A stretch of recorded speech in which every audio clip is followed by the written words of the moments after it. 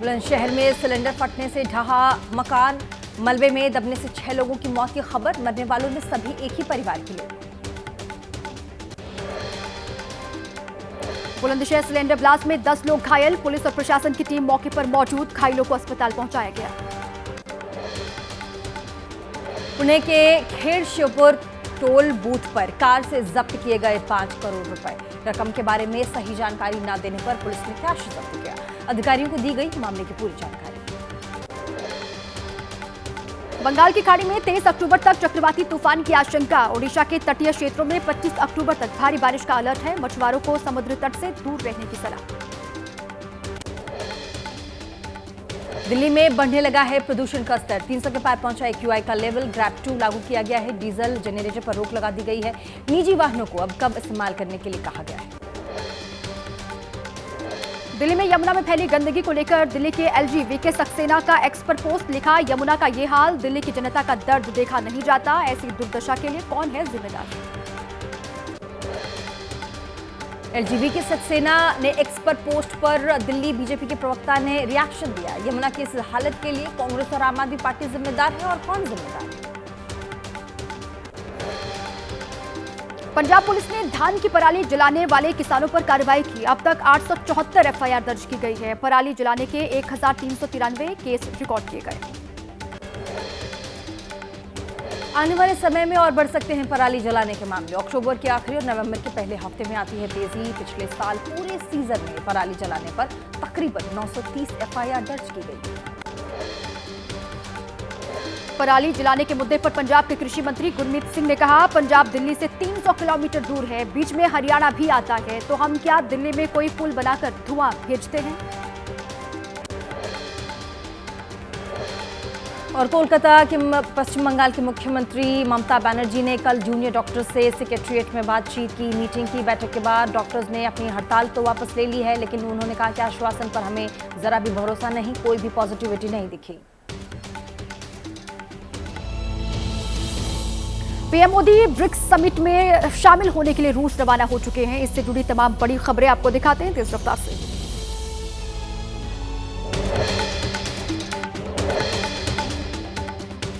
रूस के राष्ट्रपति पुतिन ब्रिक्स सम्मेलन में हिस्सा लेने के लिए रूस रवाना हुए। प्रधानमंत्री मोदी कजान शहर में हो रहा है शिखर सम्मेलन। रूस के राष्ट्रपति व्लादिमीर पुतिन से होगी पीएम नरेंद्र मोदी की मुलाकात। पीएम मोदी आज रूस के राष्ट्रपति पुतिन से द्विपक्षीय वार्ता भी करेंगे। 4 महीने के भीतर दूसरी बार प्रधानमंत्री मोदी और पुतिन की द्विपक्षीय बातचीत हुई, जिस पर दुनिया भर की निगाहें टिकी। रूस में भारतीय राजदूत विनय कुमार का बयान आया सामने। भारत का साफ स्टैंड रहेगा, कूटनीति बातचीत से ही निकलता है हर समस्या का समाधान। भारत हमेशा से शांति का पक्षधर रहा है। रूस में भारतीय राजदूत विनय कुमार ने कहा, भारत ब्रिक्स का संस्थापक सदस्य है। ब्रिक्स के ढांचे के भीतर आर्थिक सहयोग के लिए भारत प्रतिबद्ध है। ईरान और चीन के साथ द्विपक्षीय मुलाकात पर बोले रूस में भारतीय राजदूत विनय कुमार। कहा, अभी कोई द्विपक्षीय मुलाकात होनी है कई सारे, साथ में भारत कजान में नया कॉन्सुलेट भी खोलेगा। ब्रिक्स सम्मेलन में मुख्य रूप से आर्थिक सहयोग, राष्ट्रीय मुद्राओं में व्यापार, जलवायु परिवर्तन जैसे जरूरी मुद्दों पर चर्चा होगी। और चलिए अब जल्दी जल्दी आतंकी खबरों पर भी एक नजर डालें। जम्मू कश्मीर के गांदरबल में हुए आतंकी हमले की जांच जारी है। जम्मू कश्मीर पुलिस ने एक FIR दर्ज करके जांच पड़ताल शुरू की। कुछ संदिग्धों को हिरासत में लिया गया। जम्मू कश्मीर के गगनगीर में आतंकी हमले वाली जगह पर पहुंचा NIA। आतंकी घटना को लेकर के की जा रही है जांच। सुरंग निर्माण से लौट रहे लोगों पर भी हमला हुआ। आतंकवादी हमले में जख्मी लोगों से मिले जम्मू कश्मीर के मुख्यमंत्री उमर अब्दुल्ला। अस्पताल जाकर हालचाल जाना। आतंकी हमले पर सीएम उमर अब्दुल्ला बोले, हमलावर ये दिखाना चाहते हैं कि जम्मू कश्मीर के हालात ठीक हैं, हम जम्मू कश्मीर का विकास रुकने नहीं देंगे। जम्मू कश्मीर के उपराज्यपाल मनोज सिन्हा ने कहा, आतंकवाद का समूल नाश ही हमारा मकसद है। गृह मंत्री अमित शाह से बात की, सुरक्षा बल किसी भी आतंकवादी को छोड़ेंगे नहीं। जम्मू कश्मीर आतंकवादी हमले पर गृह मंत्री अमित शाह बोले, चुन चुनकर आतंकियों का हिसाब लेंगे। इस जघन्य अपराध में शामिल लोगों को बख्शा नहीं जाएगा।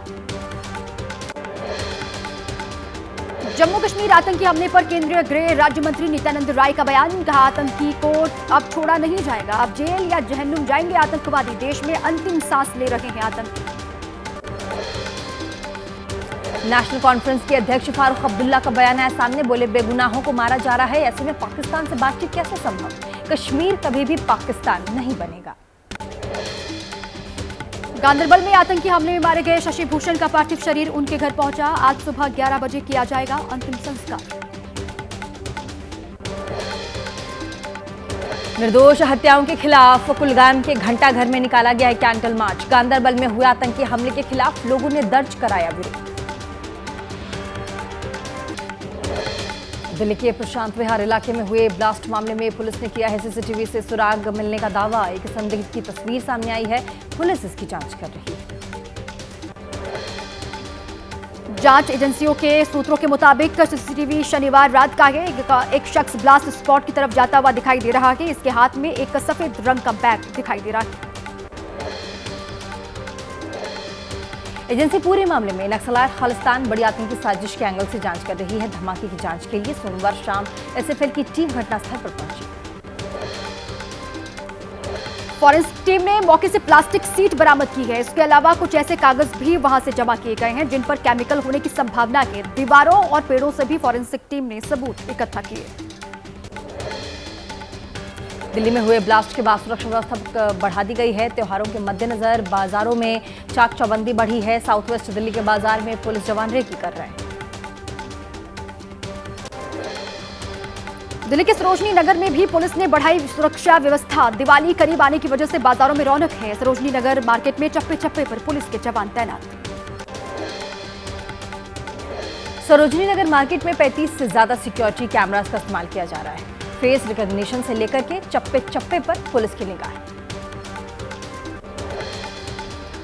दिल्ली के खान मार्केट में एबीपी न्यूज का रियलिटी चेक। बाजार में वहां सुरक्षा नजर नहीं आई। भीड़ होने के बावजूद भी सुरक्षाकर्मी वहां पर तैनात नहीं दिखाई। उत्तर प्रदेश मदरसा एक्ट को असंवैधानिक घोषित करने का मामला है। इलाहाबाद हाई कोर्ट के फैसले के खिलाफ दाखिल याचिकाओं पर सुप्रीम कोर्ट में सुनवाई आज होगी। मैरिटल रेप को अपराध के दायरे में लाने की मांग पर सुप्रीम कोर्ट में सुनवाई होगी। सभी पक्षों को सुनकर मामले से जुड़े कानूनी सवाल और आगे की सुनवाई की रूपरेखा तय होगी। ज्ञानवापी वजूखाने का एएसआई से सर्वे कराए जाने का मांग। याचिका पर इलाहाबाद हाई कोर्ट में आज सुनवाई।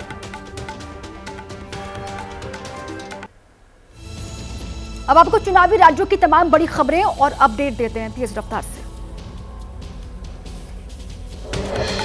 कांग्रेस ने झारखंड विधानसभा चुनाव के लिए 21 उम्मीदवारों की पहली सूची जारी की है। उम्मीदवारों में 4 मंत्रियों के टिकट दिए जाने की बात है। कैबिनेट मंत्री बन्ना गुप्ता, महगामा से दीपिका पांडे सिंह और जामताड़ा से इरफान अंसारी को टिकट। सूत्रों के हवाले से खबर। झारखंड मुक्ति मोर्चा 41, कांग्रेस 29 सीट पर लड़ सकती है चुनाव। आरजेडी 6 और लेफ्ट को 4, साथ में अन्य को मिल सकती है 1 सीट। कांग्रेस सीईसी की बैठक के बाद झारखंड कांग्रेस के प्रभारी अहमद गुलाम मीर ने कहा है तकरीबन 70% सीटों पर चर्चा की गई है। कुछ सीटों पर दोबारा मंथन होगा। झारखंड में विधानसभा चुनाव के लिए दूसरे फेज के लिए आज अधिसूचना जारी होगी, जिसके साथ ही आज से नामांकन भी शुरू हो जाएंगे। दूसरे फेज में झारखंड की 38 सीटों पर 20 नवंबर को वोटिंग। दिल्ली में हुई कांग्रेस केंद्रीय चुनाव समिति की बैठक में महाराष्ट्र झारखंड की सीटों पर मंथन। महाराष्ट्र की 63 और झारखंड की 21 सीटों पर उम्मीदवार तय। महाराष्ट्र विधानसभा चुनाव को लेकर महाविकास अघाड़ी में हलचल तेज है। संजय राउत और अनिल देसाई की शरद पवार से मुलाकात हुई है। संजय राउत ने कहा, महाविकास अघाड़ी में 210 सीट पर बनी सहमति। महाराष्ट्र कांग्रेस प्रभारी रमेश चेन्नीथला ने कहा है कि महाराष्ट्र के उम्मीदवारों की सूची 25 अक्टूबर या फिर उसके बाद आ जाएगी। गठबंधन से जुड़े मुद्दों को लेकर कांग्रेस नेता बालासाहब थोराट आज करेंगे उद्धव ठाकरे से मुलाकात। शरद पवार से भी होगी उनकी मुलाकात। महाराष्ट्र को लेकर के कांग्रेस सूत्रों के हवाले से खबर। शिवसेना और यूबीटी के साथ 15 सीटों पर मतभेद। आज होने वाली बैठक के बाद हो सकता है कोई बड़ा विवाद। सीट शेयरिंग को लेकर महाविकास अघाड़ी में पेच फंसा। शिवसेना यूबीटी नेता संजय राउत और अनिल देसाई शरद पवार से मिलने पहुंचे। वाईबी चौहान सेंटर में हुई मुलाकात। महाराष्ट्र कांग्रेस प्रमुख नाना पटोले का आरोप है कि वोटर लिस्ट में बीजेपी बड़ी गड़बड़ी कर रही है। चुनाव आयोग बीजेपी की मदद कर रहा है, महाविकास आघाड़ी के वोट कम कर रहा है। महाराष्ट्र की 288 विधानसभा सीटों पर होने वाले चुनाव के लिए आज अधिसूचना जारी होगी। नामांकन दाखिल करने की आखिरी तारीख 29 अक्टूबर है। उत्तराखंड की केदारनाथ विधानसभा सीट पर होने वाले उपचुनाव के लिए भी आज अधिसूचना जारी होगी। नामांकन दाखिल करने की अंतिम तारीख 29 अक्टूबर। उत्तर प्रदेश में 9 सीटों पर होने वाले हैं विधानसभा उपचुनाव। उपचुनाव के लिए बीजेपी अपने उम्मीदवारों की लिस्ट आज जारी कर सकती है। महोबा पहुंचे कांग्रेस प्रदेश अध्यक्ष अजय राय का बयान आया सामने। कहा, इंडिया गठबंधन मिलकर लड़ेगा उपचुनाव। हम दोनों का लक्ष्य बीजेपी को हराना, जंगल राज को खत्म करना होगा।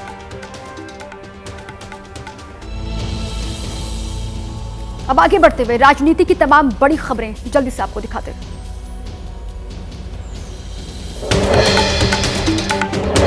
आज गुजरात दौरे पर गृह मंत्री अमित शाह कई कार्यक्रमों में शरीक होंगे। त्रिभुवन पटेल की जयंती पर किसान कल्याणकारी गतिविधियों का शुभारंभ भी करेंगे।